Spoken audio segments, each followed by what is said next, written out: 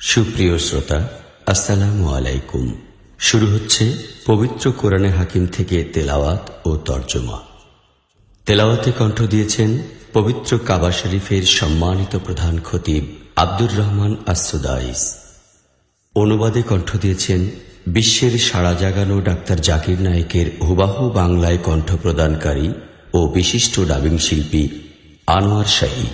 শব্দগ্রহণ ও কারিগরি সহযোগিতায় ইন্টারন্যাশনাল মিডিয়া সেন্টার IMC। সম্পাদনায় মোহাম্মদ সোহেল খান। সার্বিক তত্ত্বাবধানে মোহাম্মদ আব্দুল আওয়াল। পরিচালনায় মোহাম্মদ শরীফুদ্দিন সুমন।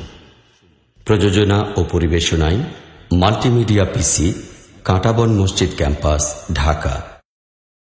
সূরা আল ফাতিহা। বিসমিল্লাহির রহমানির রহিম। পরম দয়াময় নিরতিশয় মেহেরবান আল্লাহর নামে। আলহামদুলিল্লাহি রাব্বিল আলামিন। সকল প্রশংসা একমাত্র আল্লাহর জন্য, যিনি নিখিল জাহানের রব। আর রহমানির রহিম।